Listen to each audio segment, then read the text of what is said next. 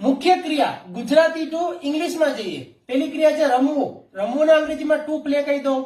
સાદા વર્તમાન કાળ આવે છે, એમાં V1 વાપરવું પડે. તો પેલા ગ્રુપમાં પ્લે, બીજા ગ્રુપમાં પ્લેસ. સાદો ભૂતકાળ આવે છે, સાદા ભૂતકાળમાં V2 આવે તો પ્લેનું બની જાય પ્લેડ. પછી પૂર્ણકાળ આવે, એમાં ત્રીજું રૂપ વાપરવું પડે તો પ્લેડ બને. ચાલુ કાળ આવે છે તો ING આવે. આ ત્રીજું રૂપ પેસિવ વોઇસમાં પણ આવશે. ઉદાહરણ બીજું જુઓ. જવું ગુજરાતીમાં, ટુ ગો અંગ્રેજીમાં. સાદા વર્તમાન કાળમાં V1 આવે, પહેલા ગ્રુપમાં ગો, બીજા ગ્રુપ માટે ગોસ. સાદા ભૂતકાળ માટે V2 જોઈએ તો બની જશે વેન્ટ. પૂર્ણકાળ અને પેસિવ વોઇસ માટે ગો નું ત્રીજું રૂપ ગોન આવે અને ING વાળું રૂપ વાપરવાનું થાય ચાલુ કાળમાં તો બની જાય ગોઈંગ.